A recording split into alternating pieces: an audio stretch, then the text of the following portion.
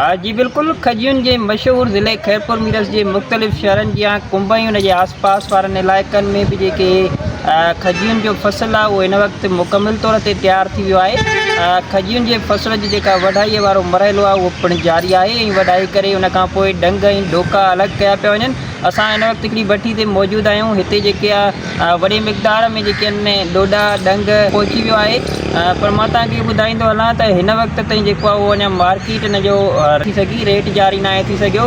हिते मौजूदु जेके मज़दूर ऐं हिते मौजूदु जेके ठेकेदार हुया उन्हनि सां असांजी ॻाल्हि ॿोल थी। उन्हनि इहो ॿुधायो त खजियुनि जो जेको फ़सुलु आहे उहो हिन साल वक़्त खां अॻु ई तयारु थी वियो आहे, पर हिन वक़्तु जेको आहे अञा उहो मार्केट में न आहे पहुतो। ईंदड़ हफ़्ते दौरान जेको आहे हीउ खजियुनि वारो फ़सुलु, हीउ डंग डोॾा ऐं कतलूं जेके आहिनि उहे मार्केट में अची वेंदियूं।